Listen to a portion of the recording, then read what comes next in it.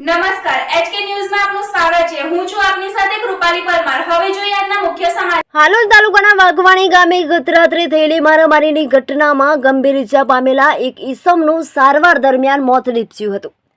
મૃતકના પરિવારજનો દ્વારા હત્યાના આક્ષેપો વચ્ચે હાલોલ રૂરલ પોલીસે એડી નોંધી મૃતદેહને પેનલ પોસ્ટમોર્ટમ માટે મોકલી વધુ તપાસ હાથ ધરી છે।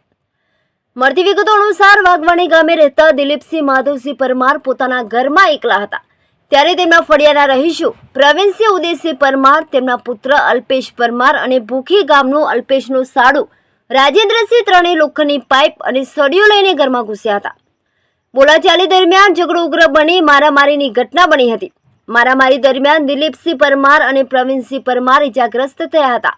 બંનેને સારવાર માટે ખસેડવામાં આવ્યા હતા, જેમાં દિલીપસિંહને હાલોલના ખાનગી દવાખાનેથી વધુ સારવાર માટે 108 એમ્બ્યુલન્સ મારફતે હાલોલ સબ ડિસ્ટ્રિક્ટ હોસ્પિટલ લાવવામાં આવ્યા હતા, જ્યાં ડોક્ટરોએ તેમને મૃત જાહેર કર્યા હતા। પરિવારજનોમાં શોકની લાગણી છવાઈ ગઈ હતી। પોલીસે ગુનો નોંધી પેનલ પોસ્ટમોર્ટમ માટે મૃતદેહને મોકલાવ્યો છે, તેમજ મૃતકના પરિવારજનોના નિવેદનના આધારે આગળની તપાસ શરૂ કરી છે।